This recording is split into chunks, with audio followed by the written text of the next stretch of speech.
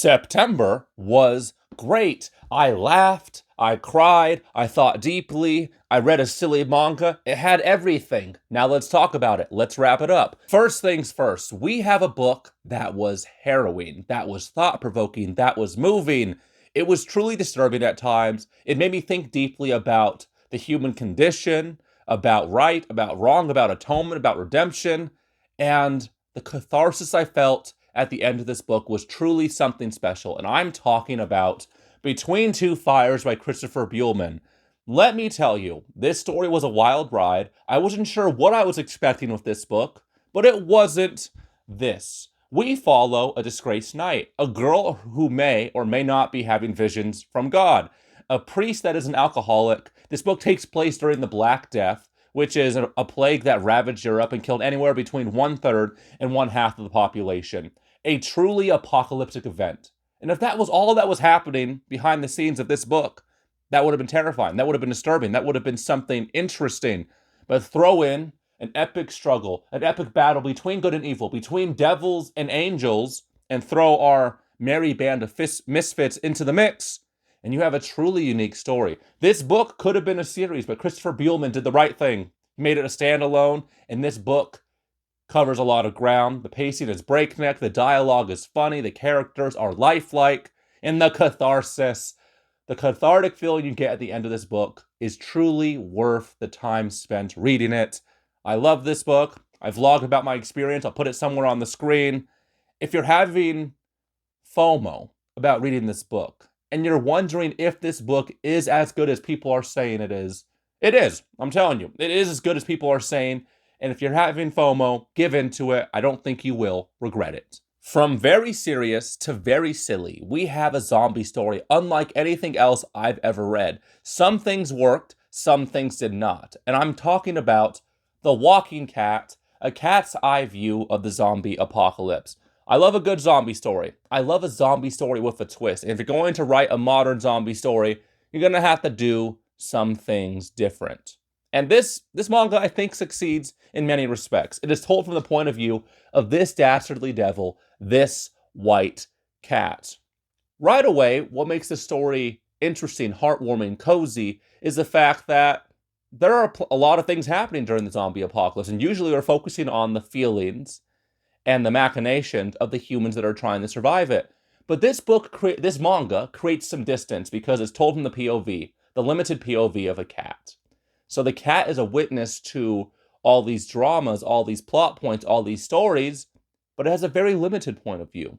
Some plot lines, we don't get to see the conclusion to them. And that really bugs me. There's not a lot of catharsis in this manga.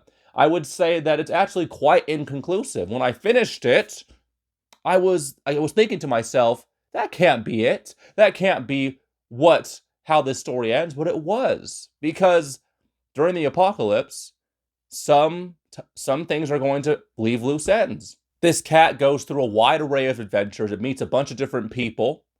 And some of the adventures are sad, some of them are humorous, but all of them are quite unique. I would say my overall feelings about this manga are, I'm not sure. I wish it was longer. I wish it was more conclusive, but I love the idea. I love the humans. I love the supporting cast of characters. I loved all the petty squabbles and the dramas that were happening. And I love cat people doing cat people things. I'm a dog person, but if you are a cat lover, I think you'll really like this manga. It's quite cute. You can read it in an hour or two.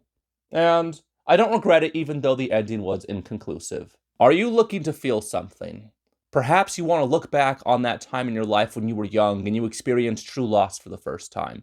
Do you want to laugh? Do you want to cry? Do you want to be filled with rage? Do you want to go through all 5 stages of grief? If so, I really think you'll enjoy Ordinary Grace by William Kent Kruger. I was warned about this book. I was told that it was a tearjerker. I was told that it was an emotional journey. That being said, I was not prepared for what I went through when I read this book. It is truly moving, it is truly harrowing, and it will bring a tear to your eye, and you may even witness some miracles. This book takes place in a small town in Minnesota, and it is told from the point of view of a young boy, a young man, entering his teenage years, and he is going through a very devastating season of change. In this small town, 5 people are going to die. The author tells you that right away. This summer is marked by 5 tragedies. And all these 5 deaths are related to this teenage boy. And we watch him grow up. We watch him experience true loss, go through horrible grief, horrible sadness, and he grows. And in some of the ways he's growing, it isn't good. It's not beautiful. It's ugly. It's painful. And this book is very relatable.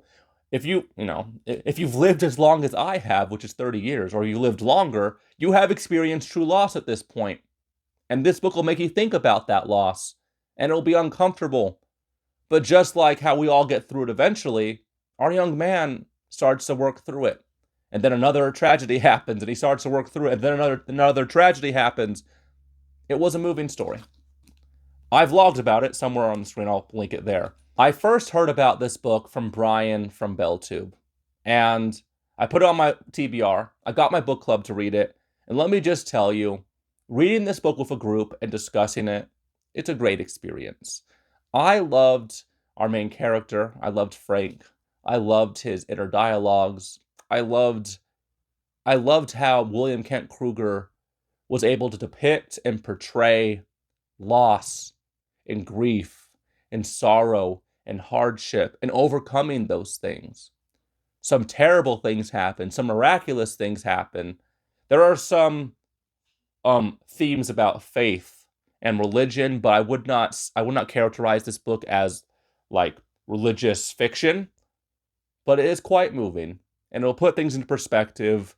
If you ever find yourself looking back on your past, and I'm sure we all do, and you look back on all those dark moments that made you who you are, you'll find a lot of things to relate to in this book. I loved our characters, I loved the miracles, and I found the tragedies quite devastating and quite eye-opening. I understand why a lot of people cry while reading this book, because I did, twice. Next, we have The Martyr by Anthony Ryan, the second installment in his Covenant of Steel trilogy. I loved this story. There's a siege in it, there's a crusade happening, there's a holy war, there's political machinations, there's a lot of drama, there's a lot of information, and Alwyn Scribe, our narrator, our main protagonist, he is truly likable, he is multifaceted, and because he is writing down the story, in some ways, he is an unreliable narrator because he changes his mind, he hides things from the reader, and I love this story. I love the first installment, The Pariah, review to that somewhere on the screen. I love a lot of the themes this series is talking about. It talks a lot about faith and doubt and religion and fundamentalism and how politics and religion mixed together leads to some sticky situations. I can't talk too much about this book because that would be spoilers for the first book, but the story is picking up steam. I can't wait to see how this series is concluded. I'll be reading the last book in the series, The Traitor, this month in October, and I'm excited to do it. Anthony Ryan, I've read only 2 of his books at this point, but I really love his prose. I love his writing style. He writes such lifelike characters. His dialogue is very realistic, and he gets religion. He gets faith. He gets all the stuff going on behind the scenes of religious movements, and he puts it into perspective in a very thought-provoking way. And I can't wait to see where this story goes. And finally, the last thing I read in the month of September was Abscond by Abraham Verghese. This is a short one. This is a short story, an Amazon original. And it was moving. It was thought-provoking. It was also a tearjerker.